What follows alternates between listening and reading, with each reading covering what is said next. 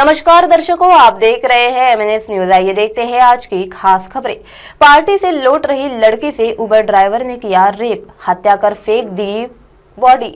बीच रास्ते एक cab driver ने लड़की के साथ रेप किया, फिर गला घोंटकर उसकी हत्या कर दी गई। इसके बाद सड़क किनारे लाश फेंक कर फरार हो गया। बाद में ड्राइवर को सिक्योरिटी कैमरे की मदद से पकड़ लिया गया और उसे फांसी की सजा सुनाई गई।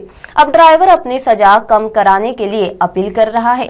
गर्ल्स नाइट आउट से लौटने के दौरान 30 साल की एक लड़की ने उबर कैब बुक की। रास्ते में उबर कैब ड्राइवर ने लड़की से रेप किया, फिर उसकी गला घोंटकर हत्या कर दी। इसके बाद वो सड़क किनारे लाश को फेंक कर फरार हो गया। दिसंबर 2017 की यह घटना बेरूत में घटी थी। एक जांच कमेटी ने इस मामले में नए तथ्यों का खुलासा किया है। मामले में पहले ही दोषी करार दिए गए ड्राइवर को कोर्ट ने फांसी की सजा सुनाई है, लेकिन उसे फांसी पर नहीं लटकाया जा सका। अब ड्राइवर अपनी सजा कम करने की जुगत में लगा है। डायक्स बेकस में ब्रिटिश एम्बुलेंस में काम करती थी। कैब ड्राइवर तारिक बेहोशी ने रेप के बाद उसकी हत्या कर दी। तारिक ने अपनी हुड्डी की डोरी से रेबेका का गला घोंट दिया था। इस केस में 2019 में ड्राइवर को फांसी की सजा सुनाई गई थी।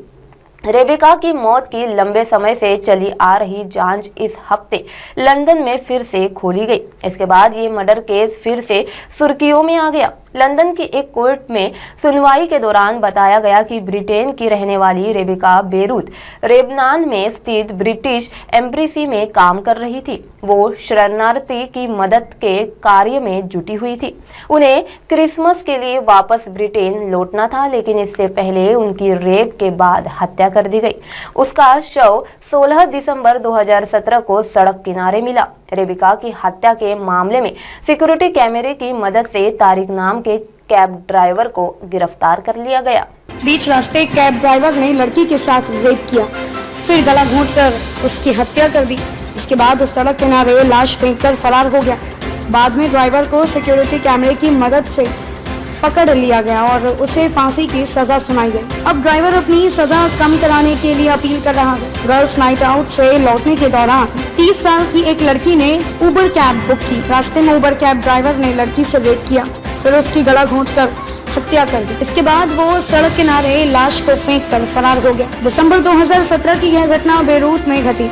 एक जांच कमेटी ने इस मामले में नए तथ्यों का खुलासा किया है। मामले में पहले ही दोषी करार दिए गए ड्राइवर को कोर्ट ने फांसी की सजा सुनाई गई, लेकिन उसे फांसी पर नहीं लटकाया जा सका। अब ड्राइवर अपनी सजा कम करने की जुगत में लगा है। रेबेका डाइक्स बेरूत में ब्रिटिश एम्बेसी में काम करती थी। कैब ड्राइवर तारिक बेहोशी ने रेप के बाद उसकी हत्या कर दी थी। तारिक ने अपनी हुडी की डोरी से रेबेका का गला घोंट दिया था। इस केस में 2019 में ड्राइवर को फांसी की सजा सुनाई गई थी। रेबेका की मौत की लंबे समय से चली आ रही जांच इस हफ्ते लंदन में फिर से खोली गई। इसके बाद ये मर्डर केस फिर से सुर्खियों में आ गया।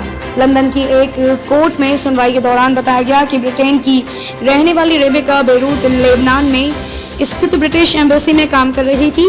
वो शरणार्थियों की मदद के कार्य में जुटी हुई थी।